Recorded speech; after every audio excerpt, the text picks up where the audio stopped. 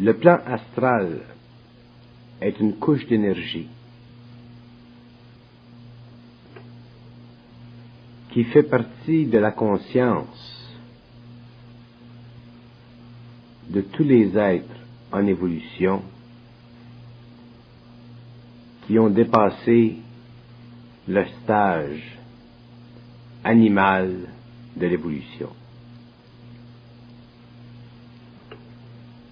Ce plan d'énergie contient des propriétés particulières qui lui donnent la qualité de représenter dans le monde de la conscience une vaste gamme d'images créées dans l'expérience par les êtres en évolution. Ces images, qui vont à l'infini, sont la base avec laquelle ces êtres interprètent le monde inverti de la matière. Dans cette couche de conscience, les rapports entre la lumière et les forces de gravité du cosmos sont totalement suspendus. De sorte que la gravité qui sert dans l'univers à maintenir les mondes ensemble n'a aucune puissance. Et cette absence de puissance de la gravité dans le monde astral ou dans ce qui est appelé le plan astral permet à celui-ci de créer ou d'être reconnu comme étant un monde d'imagination où toutes les possibilités existent et où toutes les réalités sont conditionnées par l'expérience acquise. Ce plan d'énergie est extrêmement important pour l'évolution parce qu'il sert de réserve à toutes les formes d'expérience émotive et mentale recueillies par une humanité qui a besoin, dans son évolution, de toutes les catégories d'expérience pour expliquer à l'esprit de l'homme, à l'ego, les valeurs symboliques de son expérience. Le monde astral n'est pas un monde réel, mais c'est un monde qui contient en lui-même toutes les possibilités de la réalité. J'explique. Les possibilités de la réalité sont les probabilités programmées dans les plans de vie de l'homme, dans l'avenir comme dans le passé, afin de lui permettre d'interpréter le mieux possible les différents aspects de sa vie en relation avec des données qui lui sont imprimées dans le mental inconscient lorsqu'il est en état de sommeil. Cette impression dans le mental inconscient, lorsque l'homme est en état de sommeil, devient vivante le jour lorsqu'il se sert de ses émotions et de ses pensées pour créer un monde imaginaire nécessaire à la survie psychologique de ses désirs. Le plan astral est une vaste gamme de possibilités qui renferme toutes les conditions possibles et imaginables dont un homme a de besoin pour éventuellement conquérir les sommets très éloignés de la conscience mercurienne. Cette conscience mercurienne apparaît dans notre système humain lorsque l'homme a suffisamment développé son corps mental pour pouvoir réaccorder l'intelligence naturelle de sa conscience animale avec les données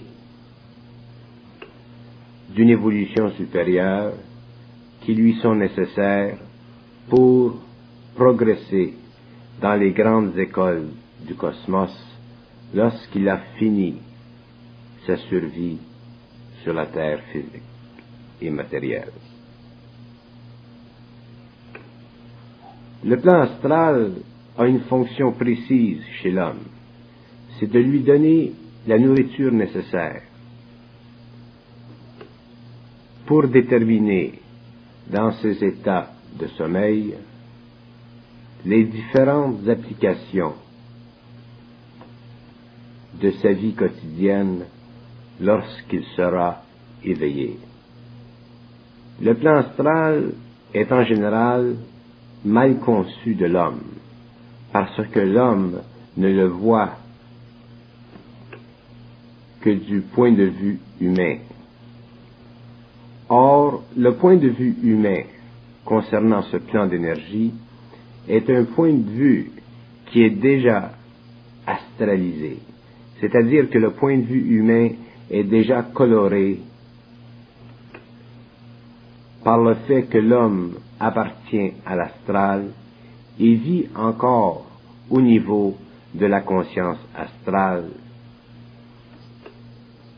tant dans l'éveil que dans le sommeil. Lorsque l'homme aura conquis les sommets de la conscience mercurienne, il comprendra que la conscience astrale n'est plus nécessaire, parce que cette conscience contribue à la diminution du pouvoir mental dans l'homme et sert à une étape de son évolution qu'il est sur le point de terminer.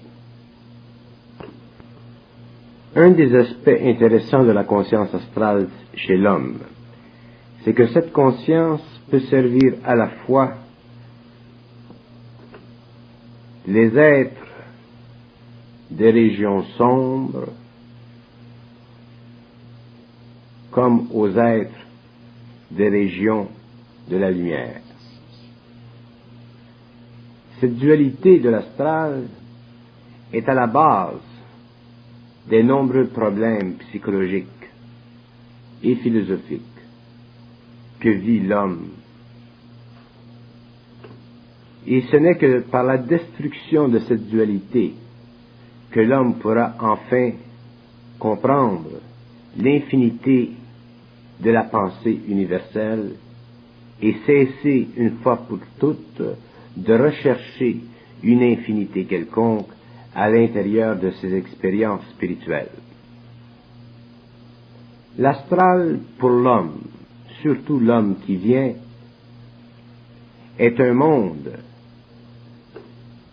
qui sera dénué de sens, parce que ce monde aura cessé d'être utile à l'homme nouveau. L'astral sera un monde dénué de sens parce que la contemplation parfaite du monde mental vécu par l'homme nouveau lui permettra de procéder tellement rapidement dans ou par les voies de la lumière que tout ce qui sera astral représentera pour lui une affection, le liant au passé involutionnaire de son expérience. Le plan astral aujourd'hui est tellement rempli d'êtres de toutes sortes, de formes de toutes sortes, et les énergies manifestées par ces êtres et ces formes sont tellement contaminées par l'expérience antérieure de l'homme que l'homme de l'avenir ne pourra plus se servir de ce matériel.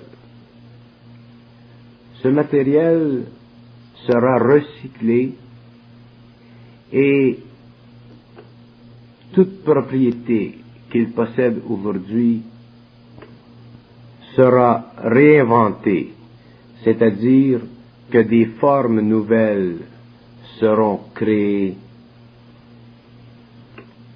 avec l'énergie de la mémoire de ce matériel. L'organisation matérielle du plan astral est déjà en train d'être secouée dans ses fondations par les activités de certaines grandes âmes qui travaillent sur les plans invisibles et parallèles à notre monde matériel. Ces grandes âmes connaissent les lois des mondes et ont étudié depuis une grande période d'années les différents modes de distribution, de diffusion et de recyclage nécessaires à la terminaison de la fonction purement planétaire de cette couche d'énergie qu'on appelle l'astral. Un des aspects les plus curieux de la conscience astrale, c'est que dans ce monde ou dans ce plan, il existe deux formes de réalité. Une forme qui est bonne et une forme qui est mauvaise. Ce qui est le plus extraordinaire, c'est que les formes mauvaises du plan astral sont les bonnes et les bonnes formes du plan astral sont les mauvaises. Ce que je vous dis va vous surprendre et va surprendre beaucoup de gens, je le comprends. Mais surveillez ceci. S'il y en a parmi vous qui ont la faculté d'aller en astral, faites le test suivant. D'abord, allez en astral, et ensuite, une fois que vous serez assez expérimenté pour y demeurer pour une période de temps suffisante, telle que 25 ou 30 minutes, mettez-vous à crier mon nom. Alors, comme je vous dis, criez mon nom en astral de toutes vos forces. Et vous verrez que le cri de mon nom sur ce plan vous ramènera directement et tout de suite dans votre corps matériel. Pourquoi? Parce que dans l'astral, une personne qui crie mon nom consciemment reçoit automatiquement une impression dans son corps mental qui la force à revenir dans le corps matériel afin de limiter son expérience et de ne pas entraver son évolution. Puisque l'homme est multidimensionnel et que l'homme travaille sur plusieurs plans à la fois, tout homme qui, sur le plan matériel, peut contrôler l'énergie de son supramental, peut aussi, sur les autres plans, contrôler l'évolution des êtres qui s'y trouvent. Et c'est à cause de cette situation, de ce pouvoir, si vous voulez, que certains hommes aident à l'évolution de l'humanité. Lorsque je parle du plan astral, je parle d'un monde qui sert à l'homme, tant que l'homme est prisonnier de la gravité planétaire de la planète où il évolue. Mais ce monde ne sert plus à l'homme qui est libre de la gravité planétaire où il évolue. Ceci veut dire que tout homme qui peut engendrer en lui-même l'énergie de sa conscience supramentale est capable, à volonté, de retarder l'évolution dynamique des êtres sur le plan astral afin de les obliger à cesser toute activité sur ce plan. Et ces êtres avec lesquels ils travaillent dans cette direction font automatiquement partie du même groupe évolutionnaire de la planète auquel cet homme est attaché.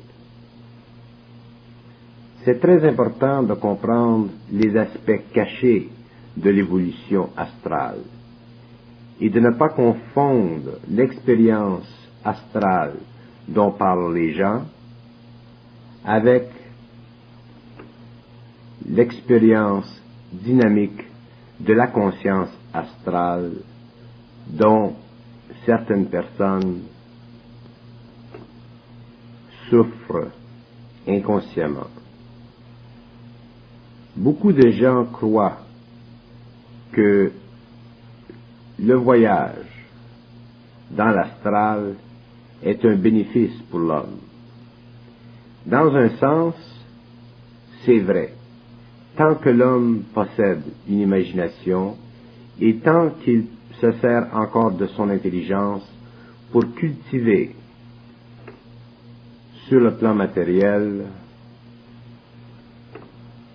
l'expérience astrale vécue. Mais l'homme ne comprend pas encore, parce que ses connaissances n'ont pas encore été dévoilées, que le plan astral est en réalité un océan qui a la même fonction sur le plan cosmique que l'océan peut avoir sur le plan matériel. Or, la fonction d'un océan dans l'univers, c'est d'engendrer assez de force sur le plan où il est situé pour forcer tous les cycles d'évolution de ce plan à revenir un jour à lui. Il en est de même pour l'astral. L'astral est fait de telle façon qu'il force, sans que les hommes ne s'en rendent compte, tous ceux-ci à revenir un jour à une conscience inférieure. Parce que tous les courants de l'astral, toutes les formes dans l'astral, qu'elles soient bonnes ou mauvaises, sont directement affectées par ce que l'on peut appeler les forces du temps. Or, les forces du temps sont des courants d'énergie très puissants qui empêchent l'homme de pénétrer dans la lumière et qui le gardent prisonnier de ses illusions. Remarquez que les illusions sont extrêmement importantes dans la marche de l'univers, parce que elles possèdent la gravité nécessaire pour engendrer sur les plans inférieurs assez de force pour contenir ce que vous appelez le temps humain. Mais lorsque le temps humain est détruit, lorsque la conscience de l'homme, devenue supramentale, n'est plus dans le temps, toutes les forces de l'astral deviennent impuissantes et la gravité de ce monde cesse d'être active, ou plutôt active, à l'intérieur de son esprit. De sorte que cet homme, devenu libre du temps, est passible de ne jamais retourner dans l'astral, c'est-à-dire de ne jamais mourir d'une mort noire.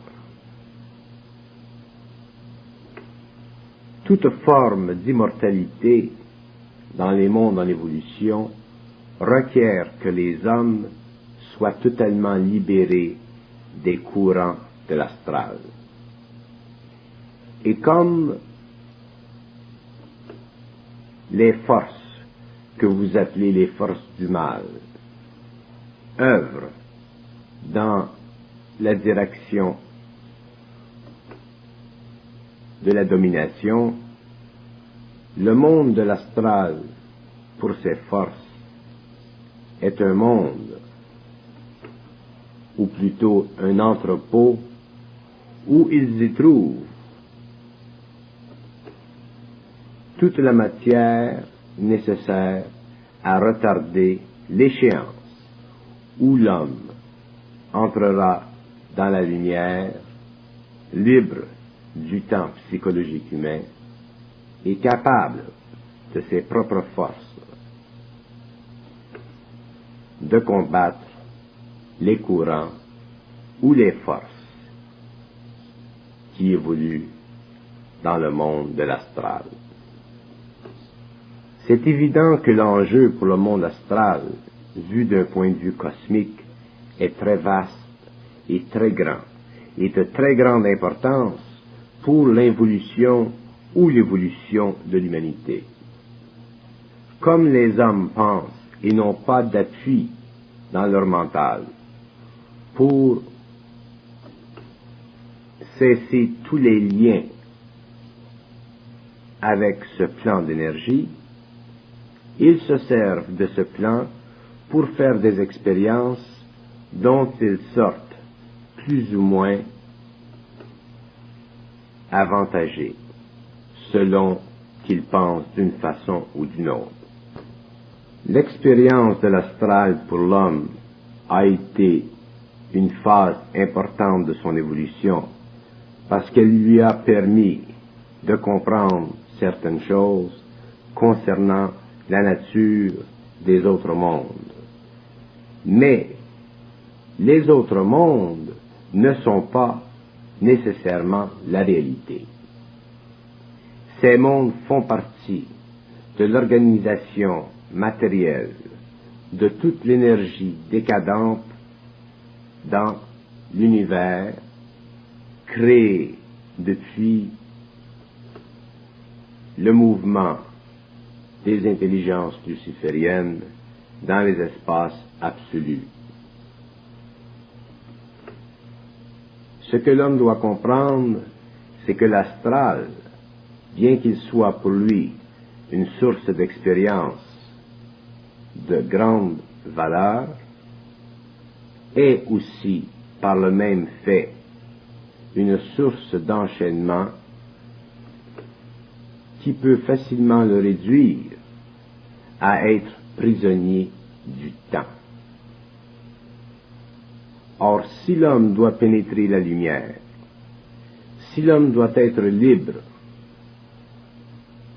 si l'homme doit être capable de se servir des énergies de l'âme et transmuter l'énergie des plans, selon qu'il doit construire ou détruire,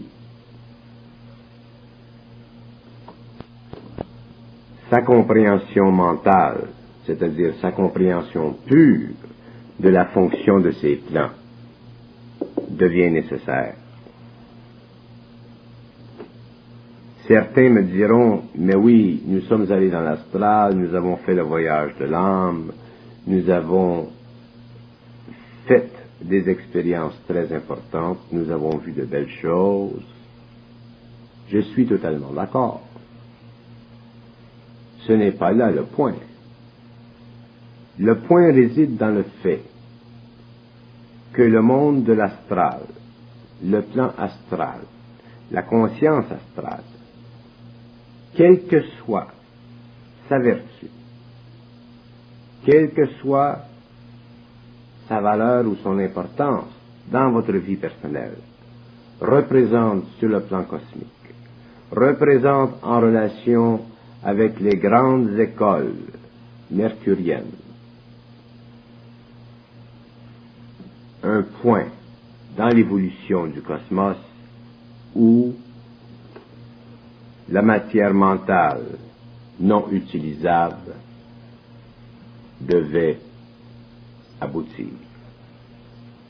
Or, le plan astral, le monde astral, donnez-y le mot que vous voudrez, est un monde de rejet, est un monde d'imperfection.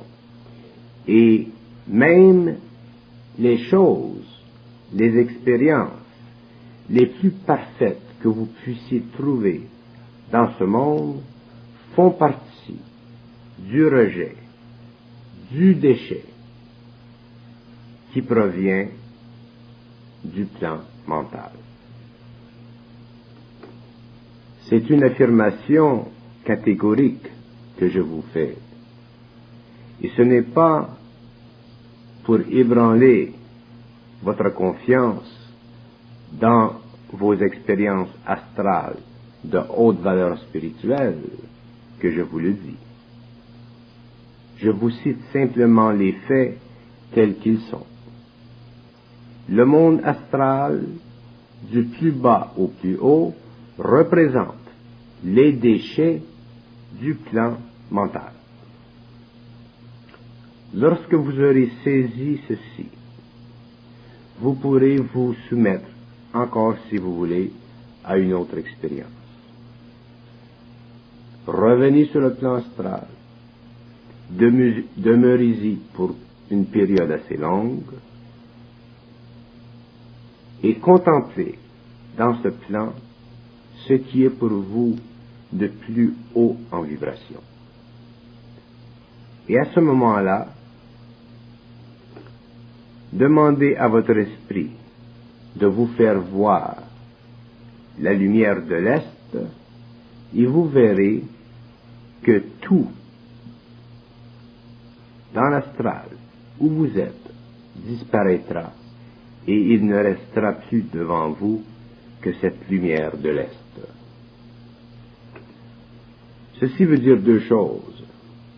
Ceci veut dire que le plan astral, qu'il soit beau ou moins beau, représente une dimension catégorielle de la réalité mentale et que cette dimension catégorielle de la réalité mentale est soumise à l'arrêt temporel instantané aussitôt qu'elle est confrontée avec la lumière de cette catégorie mentale. L'expérience à tirer ici, c'est celle qui nous permet de concevoir, une fois pour toutes, que le monde astral est un monde qui peut être dominé par la lumière seulement lorsque l'homme est conscient de cette loi. Et lorsque l'homme est conscient de cette loi, la puissance de la lumière qui jaillit de son mental supérieur est tellement grande que le monde astral, temporairement, cesse d'exister pour lui. Et s'il cesse, ce monde, d'exister pour lui, il peut cesser pour toute une humanité, il peut cesser pour toute une race, pour toute une planète, il peut cesser pour toute une galaxie. Et lorsque ce monde cessera, les forces qui se servent de ce monde pour retarder l'évolution de l'homme n'auront plus d'emprise sur l'homme, parce que l'homme lui-même sera déjà en dehors de ce plan. Lorsque je vous dis dans les séminaires de ne rien croire, c'est ici, dans un cas où l'expérience est inévitable, que l'on doit savoir et comprendre ce que veut dire ne rien croire.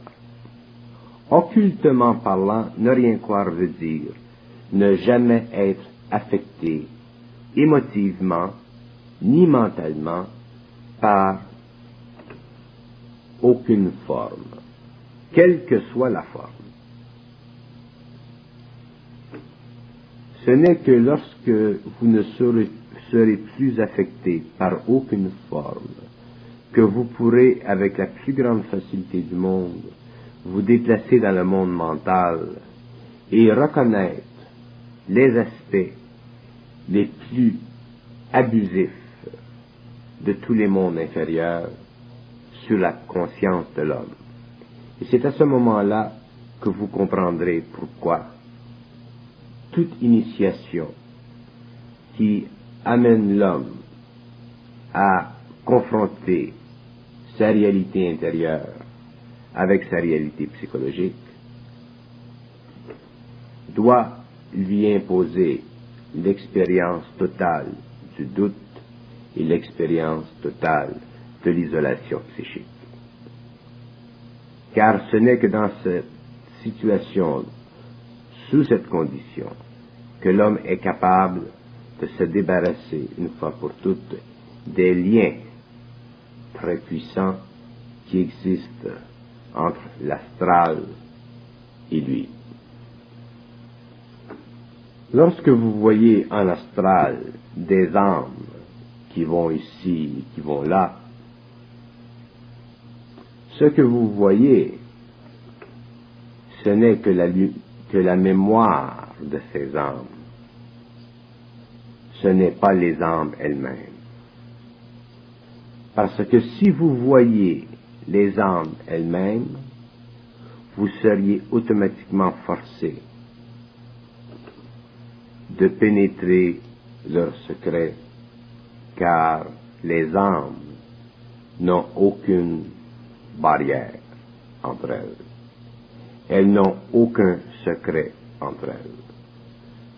Alors, si vous êtes dans l'astral et que les âmes semblent passer et qu'il semble y avoir une individualité et que les gens se parlent plus ou moins, sachez une chose, que ce que vous voyez, ce ne sont pas les âmes, ce que vous voyez, c'est la mémoire des âmes.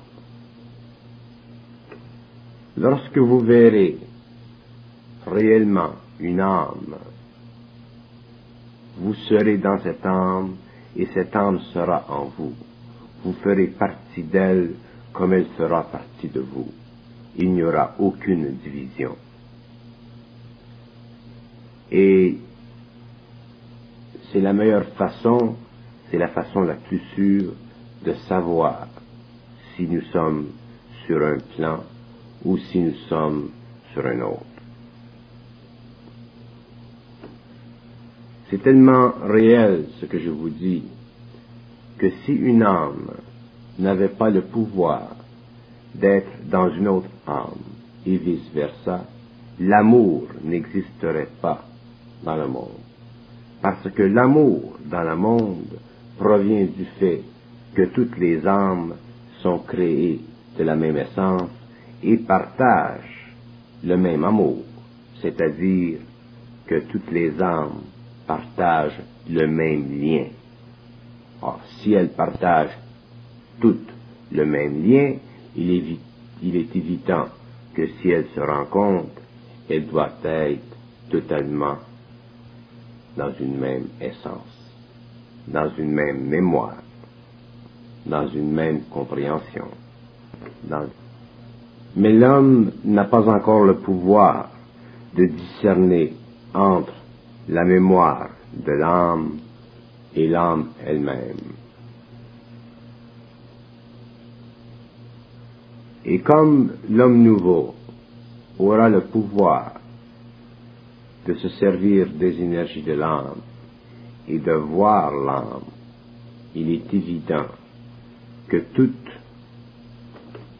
expérience astrale pour lui sera impossible, car l'âme ne peut pas vivre de l'éther astral. Elle est obligée de se substituer, et cette substitution, c'est sa mémoire.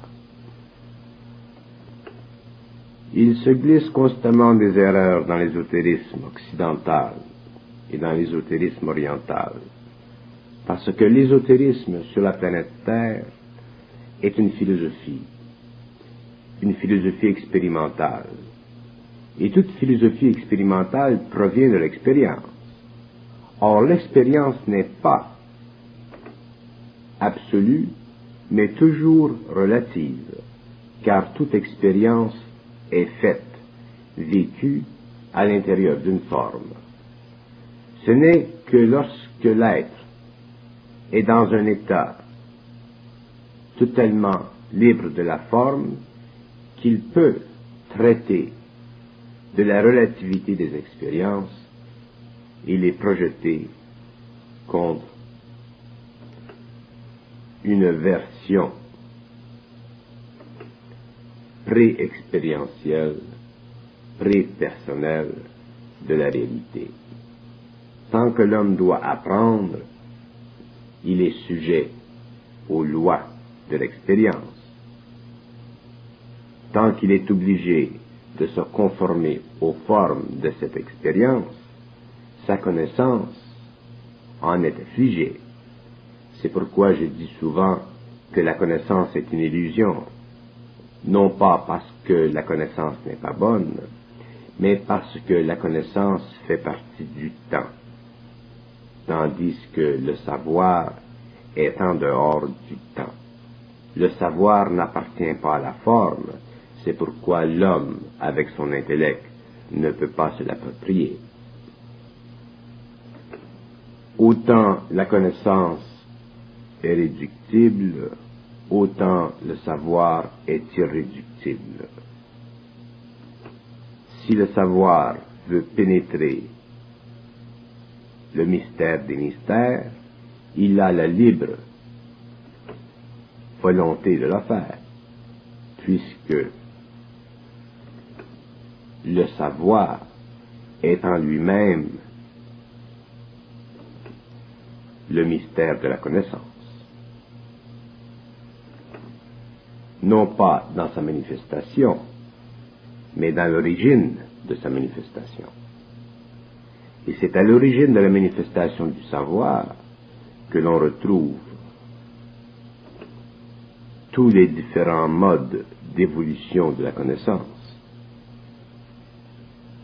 La connaissance est temporelle, le savoir est éternel, il n'a pas de temps, il fait partie de la lumière. Alors rappelez-vous que le plan astral, tant que vous l'utilisez, fait partie d'une expérience personnelle. Mais ce n'est pas de cette expérience personnelle que vous pourrez engendrer en vous l'énergie nécessaire, la lumière nécessaire pour être dans le savoir. Ce plan vous donnera toujours une raison de plus pour en faire l'expérience. Ce plan vous donnera toujours une raison de plus pour en connaître d'autres aspects. Mais ce ne sont pas ces aspects ou ces expériences qui vous permettront d'engendrer suffisamment de lumière sur le plan matériel où vous vivez pour comprendre une fois pour toutes qu'il n'y a rien à comprendre. C'est dans le savoir que vous serez en mesure de réaliser que les mondes inférieurs à l'âme sont des mondes dont se sert l'âme pour l'évolution de l'ego, c'est-à-dire pour l'évolution de sa mémoire, c'est-à-dire pour la compréhension dynamique des mondes inférieurs auxquels elle n'a droit que par l'expérience de l'ego. L'âme est contemplative. Elle évolue, mais elle est contemplative. Elle ne cherche pas à comprendre.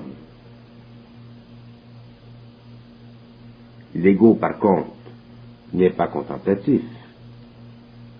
Il est progressif. Il doit évoluer. Et son évolution sert à l'âme parce que la mémoire, qui est l'accumulation de toutes les formes d'expérience, devient un matériel de construction dans les mondes de la lumière. L'expérience devient un matériel de construction pour les mondes inférieurs en évolution. Or, quelle que soit votre expérience sur le plan astral, ces expériences seront toujours en relation avec les déchets émis des plans supérieurs qui se sont servis de l'expérience de l'ego pour la construction de mondes plus avancés, plus parfaits.